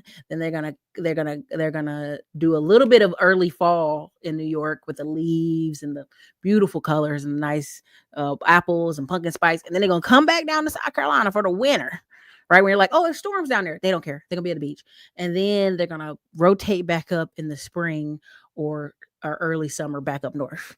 This is what people are doing who can afford some of these projects and properties. And not even the wealthiest of wealthy people now. I ain't gonna hold you. Let me play these two last, and then I'm gonna give y'all the top 10 things real quick. Here we go. Here is Nas. This is how goofy some of y'all Congress members and city council people are. Here we go. I just had to rub that in. You can let the Brooklyn Borough president know that I sent my regards to him. With that being said, I vote aye. Borough president votes in an aye, and some conflict will be brewing. I'll move a little away from you. Next up is myself, representing myself as the state assemblywoman in this district. I have to say this has been an opportunity of my professional career as the assemblywoman. It couldn't have been done without everybody here. With that being said, I'm getting ready to vote, and there's a theme in Queens, and I know Nas is a part of this. Queens get the money. Sorry, Jay-Z, we win again. I just had to rub that in. You can let the Brooklyn Borough president know that I sent my regards to him. With that, now, why is Nas a part of a $5.5 billion casino that just got approved? Huh? Why is Nas investing in a $5.5 billion casino over there? Anybody in the comments, take a guess. Anybody? Why is Nas over there building casinos in the New Yorks? I'm gonna give y'all 30. I'm gonna give y'all some time to respond. I'm gonna just let y'all respond in the comments. I'm gonna take my time. I got time. Let me go here while we waiting. Easiest ways to make a significant jump in either pay or title is to make something at your current job better. When you're looking for leadership roles, they want to see that you have been able to take something in an organization, lead an initiative, and make it better. It doesn't even have to be rocket science. It could be like a recycling program or something very small that just shows you have the ability to see that something is wrong, figure out what to do about it, take lead, see it all the way through, and get some metrics at the end to find out if it worked or not. But the more tangible improvements that you make in your role, that is all stuff that you can not only put on your resume, but you can also talk about it in interviews. And that is what's going to set you up for leadership roles instead of just getting them moved around, maybe here and there, basically doing the same job forever. If you suck at your job right now, what makes you think that you are going to get a better job? You cannot demonstrate leadership roles when you suck at your job or when you're doing the bare minimum at your job and when you're just showing in and clocking out. In fact, one of the easiest ways to make a significant jump in either pay or title is to make something at your current job better. When you're looking for leadership roles, they want to see that you have been able to take something in an organization, lead an initiative, and make it better. It doesn't even have to be rocket science. It could be like a recycling program or something very small that just shows you have the ability to see that something is wrong, figure out what to do about it, take lead, see it all the way through, and get some metrics at the end to find out if it worked or not. But the more most people don't want to talk about a project or ideal how to change the office, because then what? They'll have to be responsible for that project. That's most people. Okay, so let me go over here. Let me read some of y'all comments on why. Okay, retirees finna gamble that pension away. New York, New Jersey, right? Again, people don't want to fly on planes if they're uncomfortable or the plane prices are ridiculous. They ain't gonna do it. Keep people asleep. Yeah. Tourism and increase property values, right? Okay. Asians, international community, right? They can't leave their business. They're intricately developing their business. They can't leave to go to Las Vegas for a few days. They can't leave to go for a weekend. They can't stand the heat, the dry air. But guess what? They can drive over to what? Queens and go to Resort World, because not only do they have Nas backing it, they have Queens native and retired NBA star Kenny Jet Smith also backing the project. He's going to have the Jet Center, a state-of-the-art sports and media complex that will serve as the centerpiece of Resorts World innovative campus. Okay. So the crazy part is in 2024 that Jay-Z and his Rock Nation company proposed a $250 million in grant money for Hell's Kitchen should they hit the jackpot with their Caesars Palace Times Square casino deal. But you see, okay, the six-member state community advisory committee said no. But when they literally, the reason that goofy guy just said that stuff over there, Queensboro president Donovan Richards says, haha, sorry, Jay-Z, we win again, because Queens won the toss-up, right? This is just, they're just figureheads, right? They're just figureheads. They're just people, local people, to be like, see, New York, you know, again, this is a way for people in New York to not have to leave too far or travel too far to get over there to get money, right? So that's literally what it is. It's literally what it is. It's a way that money gets moved around, and it makes it seem like, look at these black faces who are helping put this through. Okay. Now I'm gonna show you this last thing, and then I'm gonna show you this is my last 1984 scare, and then I'm gonna read off the top 10 things you can do. And then we're gonna get out of here. Okay. Here we go.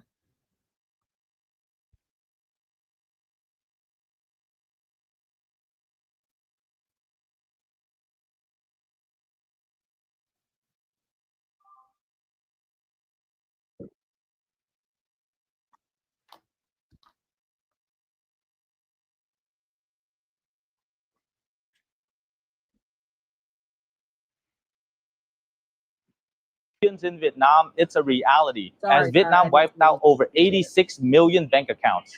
That's right, 86 million. The official narrative says it's about security and efficiency, but come on, this screams of the World Economic Forum playbook. Picture this, you are sipping your cafe sedan in Saigon and scrolling your banking app, and boom, your bank account vanishes in thin air. No email, no warning, just a digital black hole where your money used to be. Sounds like a nightmare, right? Well, for millions in Vietnam, it's a reality, as Vietnam wiped out over 86 million bank accounts. That's right, 86. So every time someone goes, America's terrible for women and children and finding a traditional woman, I'm going to go live in a hole in the wall, Philippines, Vietnam, Thailand. So, okay. And they still going to change the money laws there too. Okay. 86 million people's bank accounts were wiped out on September 1st this year in Vietnam. Bank of America, Bank of America, and several other ones, because people didn't get on what? The digital new money in Vietnam. So when people think, well, I'm just going to pay everything in cash, I'm going to move to these little nowhere hole in the wall places and pay in cash. Okay. All right. Cool. Keep that ideal going. This is your wake-up call. The British government is pushing forward with plans for a national digital ID system. They've called it the Brit card. And if that name doesn't send a chill down your spine, you have not been paying attention. It isn't just about proving who you are online. That all sounds rather lovely. This is about building a centralized, state-controlled digital identity system that could be used, will be used, to link your finances, your medical history, your travel movements, your social media activity, even your social activity in real life, and more. It's quite frankly a digital dog tag And once it's clipped around your neck, you will not be able to take it off. This is your wake-up call. The British government is, according to leaks. So if you didn't know, right now in starting October, if you go to Europe, you will put your fingerprints on and facial recognition. Before you could opt out. Now October, it's literally. Now imagine touching your finger. You've been on the plane, all them nasty people all over you, scratching their butt, digging in their nose, coughing, went to the bathroom, and then they all got to touch the same little 4-finger paw print. Put your little hand on there. Just, these are the same people once you wear a mask now. But you're going to put your 5 fingers on there. Okay, I'm going to keep on rolling. Let me go here. Briefings and government statements, and frankly, any of us who've been paying attention knew this was coming. The Brit card is going to act as a unified digital identification that every British citizen can use to access public services to prove their identity. And eventually, though they won't say this part out loud, link with your banking, your health, and your travel movements. Let's also not forget that we are already seeing the slow creep of programmable money. The Bank of England is working on a digital pound and has been for... Today, I am announcing this government will make a new free of charge digital ID mandatory for the right to work by the end of this Parliament. Let me spell that out. You will not be able to work in the United Kingdom if you do not have digital ID. It's as simple as that. Today, I am announcing... The state of California, like 2 weeks ago, 10 days ago, 8 days ago, something like that, has passed a law in the state legislature, both chambers of the state legislature. It awaits a signature from Gavin Newsom that would ban hate speech on the internet in California. Hate speech. Now, how do they define hate speech? I actually have the definition. I actually wrote it down because I was so shocked by it that this is happening. The state of California, if Gavin Newsom signs this law, and he has until October 13th to do it, people will be fined if the censors determine that speech constitutes, and we're quoting now, violence, intimidation, or coercion. What's intimidation or coercion? Right. Or coercion based on race, religion, gender, sexual orientation, immigration status, or other protected characteristics. Obviously, white Christian men are not covered. The state of California, like 2 weeks ago, 10 days ago, 8 days ago, something like that. Again, WEF 2030. It'll be a great reset. You'll own nothing, be happy. Okay, no. Just know. The more people who are like, well, I don't need a job. Well, I don't need that. I don't need that British pound thing. I don't need to work. I have my own thing set up. I have this set up or that set up. It throws a monkey wrench in that. That's why the less people own houses, the better it is. The less people make any money, the better it is. Okay. So let's go. Oh, that's what I told her. I said, I don't know. Okay. This one, and I'm gonna go over my top 10. Now you can say, Erica, what's the solution? What's the solution? All right, let me give you the top 10 solutions here. Number 1, okay, basics. Work the basics. What are the basics, y'all? The basics are being able to return phone calls, right? Being able to type up a professional email, right? Being able to do basic, simple stuff, right? Can you return a phone call? Can you be on time? Can you book deals, contracts? Can you do things, right? Basics. Follow up and expect to follow for 3-6 months. There are several people who were like, Eric, I took your thing. I tried it. And then a couple months later, Eric, I did do what you say. Okay, cool. If you bought the ebook, and several of you told me, oh, I bought the ebook and I just opened it yesterday. Great. Run over to where the temp jobs are. If you're looking for a job, look at the 4 companies we put in there for the temp companies and go over to their website and sign up right now. Go get you a temp job. Go do you some of those certifications this weekend. 3 hours, 1 hour here, 45 minutes there. I took a test to get one of my certifications and it was open book test. How can you fail? Right?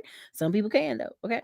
Number 2, ads. You need to figure out what type of, and this is why we're going over Facebook ads this week. If you're in the Digital Liberty group or the school or the Middleman of Millions group, we talked about Google ads last week and how several people are kind of building up their companies without running around and telling everybody, and hey, help. They're spending a couple of $1,000 to $3,000 a month kind of growing their Google local service ads or Google ads. And you got two choices when you build a business out here. You can have done for you or done with you. Just posting content is nice. Everybody thinks, Eric, I just want to post content. I just want to be a content creator. I just want to do YouTube like you do it. Yes. Pay attention to what I do though. I sell books. I sell e-courses. I have consulting calls. I have courses. Again, people like, no courses. We still make sales on almost all of our courses because people need be able to follow instructions. Everybody just can't watch a video and get it. Some people need step-by-step guidance. I tell some of y'all sometimes, just book a call. Eric, I don't know what to do. First thing is you have to take a self-assessment of your life. No one can tell you what to do with your life. You have to do the self-assessment first, okay? But I would tell you, if you want to start a business in 2025, 2026, done for you or done with you, right? And run ads to that par service. And even I showed y'all the Granny Smith, Dave Williams tagged me in it in the comments. Granny's, what does she have? Cinnamon rolls. She was saying to pay a content creator is $500 to $1,000 for them to come in and take photos and do stuff. I'm like, duh. Yeah, that's the running game. It's like these influencers come to your place. You pay them $500 to $1,000. They make a couple posts, maybe just one post on your food place, and you just stack up different influencers coming in. She's making $88,000 a month off cinnamon rolls. She's good. She can make more, but she's good. Okay. So number 3, take breaks. I know. You probably heard this all the time. Number 3, take breaks. You want to film yourself having fun, but you also want to take actual breaks off this internet, off this work, whatever your job is, whatever your company is. This is why I tell you have SOPs. So, you know, hey, the work is done. I'm going to go take a break. This past week, I went to a church carnival and water balloon fights and animals and you name it with family. It was great. Okay. And all the other video recordings from my summer of fun, y'all probably see around, I guess, November or something, or October, depending on when they're done editing. Number 4, clarity of vision. Where do you want to be? Is there somebody else doing it? And the best thing I tell people is I always look for 2 things, relationship and business. In relationships, I look for older married couples so we can get good advice. Like, okay, this is what we're doing. This is what we're not doing. I talk to older Black women and older white women, 55, 65, 75. Like, what are you doing? How you feel? How many vacations you going on? That's why when people are like, why are you in such a rush? I'm like, because you will wake up, and I get on the phone all the time with y'all, and y'all will be like, Erica, I was 35 yesterday. Now I'm 50 something. And I go, yep, that's how it happens. Go right, get out a sheet of paper, write all the places you want to go and do and see while you're healthy and fit. I had a family member go overseas. They could not even get up the steps in one of the Italian places. Guy had to come with a golf cart, help them get around, and they not fat. That's the crazy part. I want to tell you, when you wait, I'm gonna wait till I'm 75 to travel. Good luck. All them steps, all the elevators not working, being inconvenienced. This ideal that you're going to retire and travel everywhere is hilarious. It just is. But people love selling that to you. Oh, just wait till later. Wait till later. I still am mad. There was a time in 2019 and 2018, and there was a little window of time in 2020 where I could have just took off for 6 months and traveled while stuff was tripping anyway. It wasn't better. Like I should have did in 2019, but it was like, and they were like, no, stay and work and do this. You can always go to those places. I should have never listened to those people. Not because they were bad people. They weren't where I was trying to go. All the people I was trying to go, where we're trying, like the numbers and the amount of money and the movement, they were like, girl, go take a break right now. Don't come back for a month. These people will be fine, right? Relax, keep it moving. But that's why it's so important for you to chart and write down, what do you see yourself doing, and find older people or people just ahead in the journey. So, and I go to plenty of masterminds and conferences where there's younger people talking and learn a ton from them too.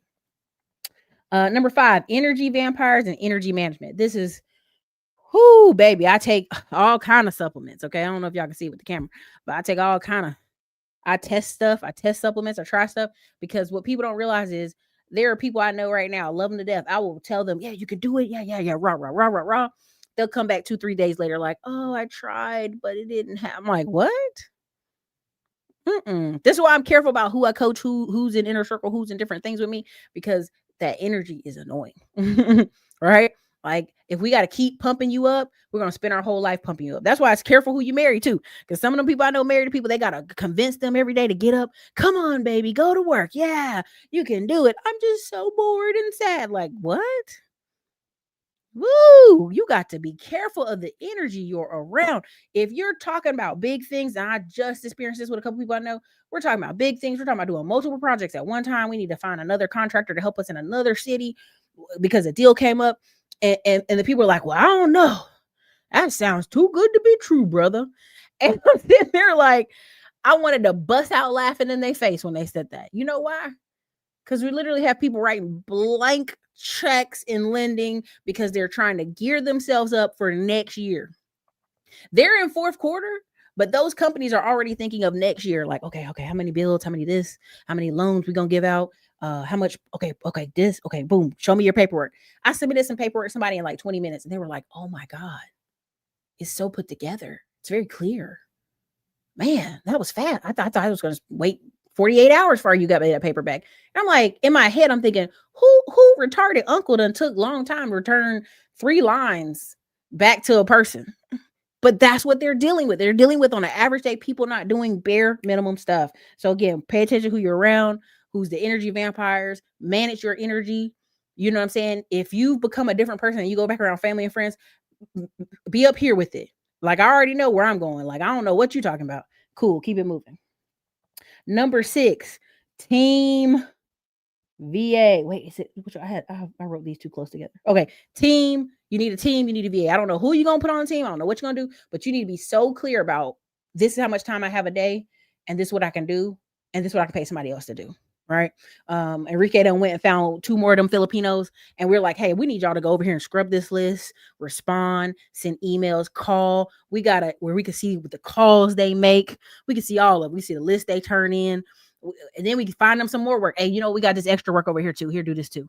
And there's one guy whose company is so tight, like his land flipping business, his VA is signing contracts left and right, getting stuff done.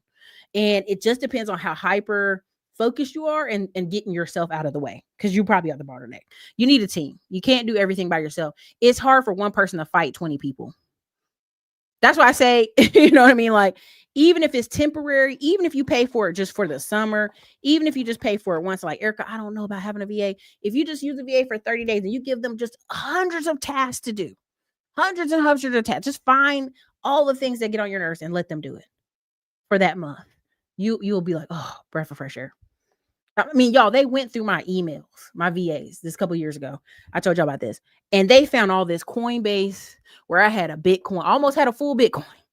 And your girl ran to go sell that. Like, where Coinbase was kept sending notifications to one of my emails. I get thousands of emails.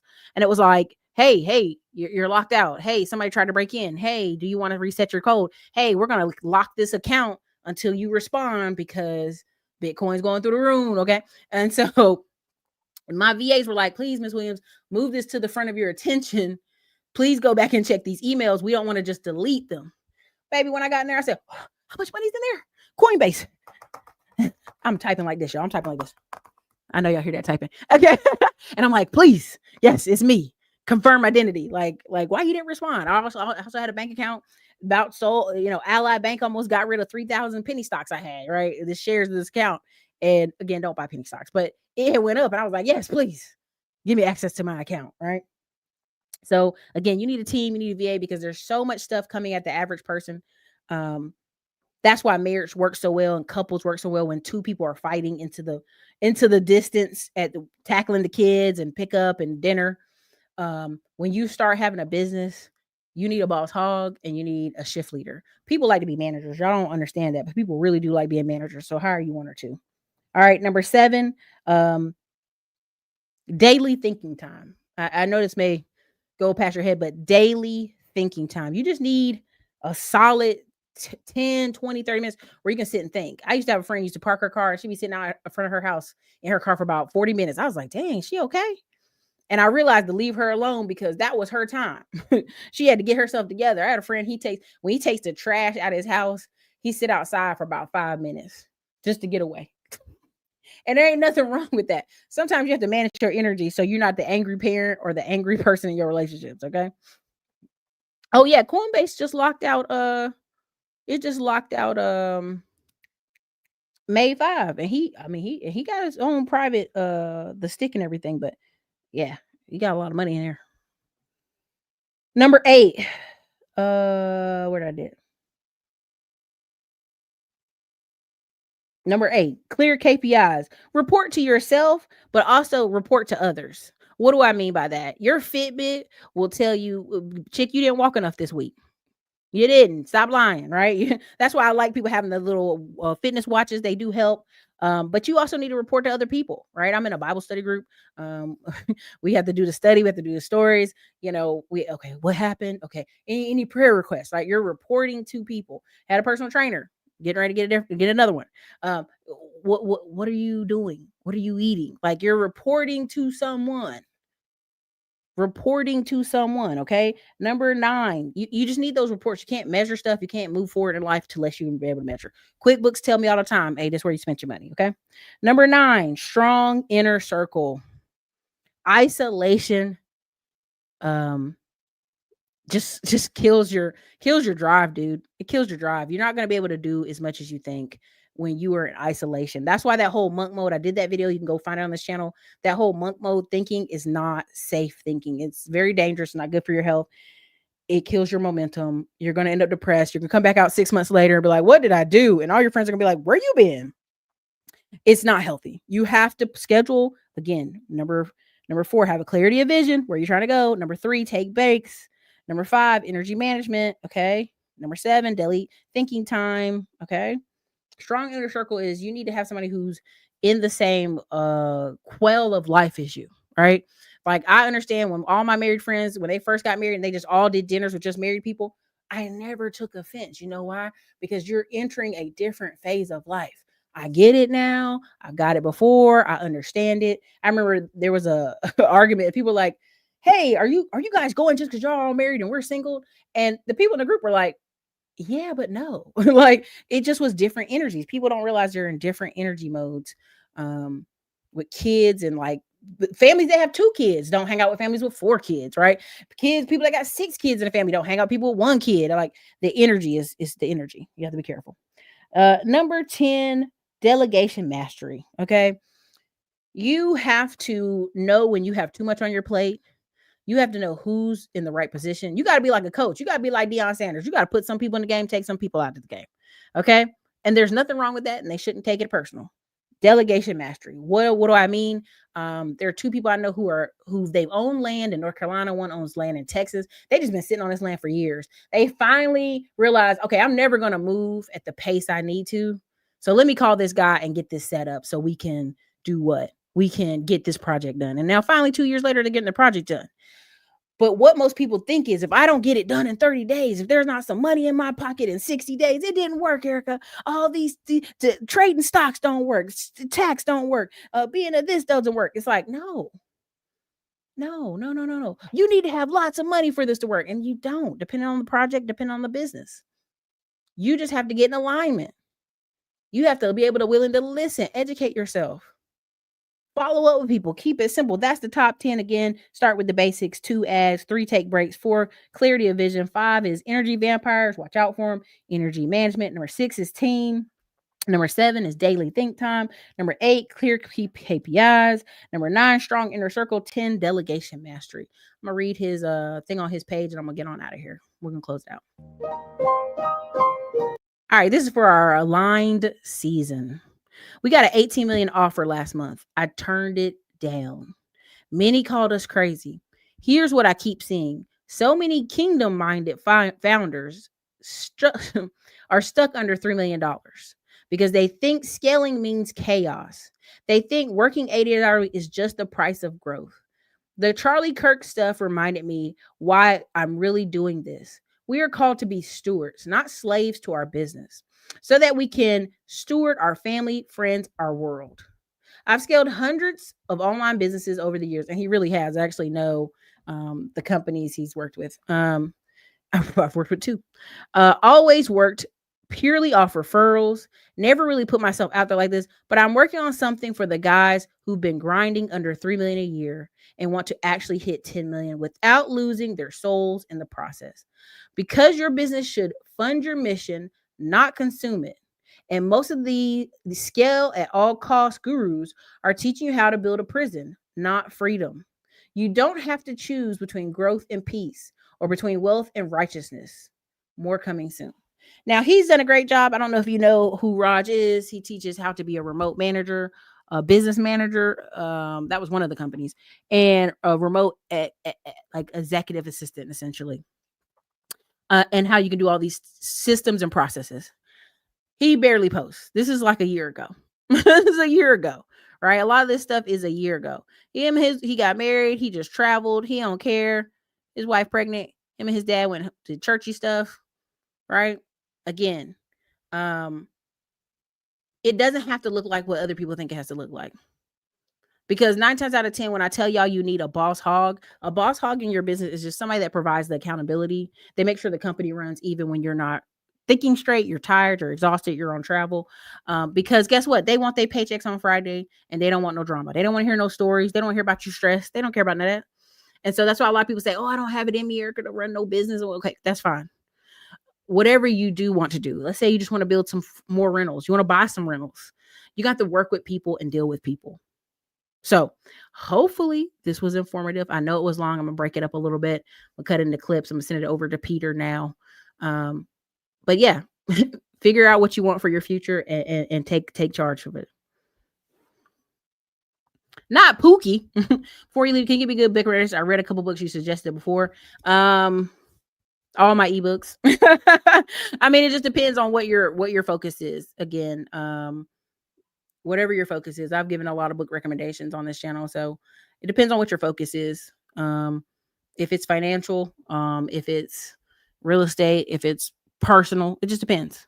A cool one I'm reading right now is Mel Robbins' Let Them. She got some faulty in there too. It's a little bit of faulty in there, but it's still pretty good. Overall, my biggest focus is just take one book, read it, and keep it pushing. All right. But I can do a video on book recommendations in the categories probably like tomorrow. I probably can record one. So anyways, this is your girl, Erica, Classy Clown Blog. You guys have a great day. You guys have a great night. Enjoy the weekend, and I hope go Ravens. You've probably been seeing these commercials for Middleman to Millions course. What is Middleman to Millions? We're teaching so many people how to have service businesses. The upcoming year, one of the fastest growing businesses you will see are service businesses and digital businesses. Why is that? Because so many things need repairs, need maintenance.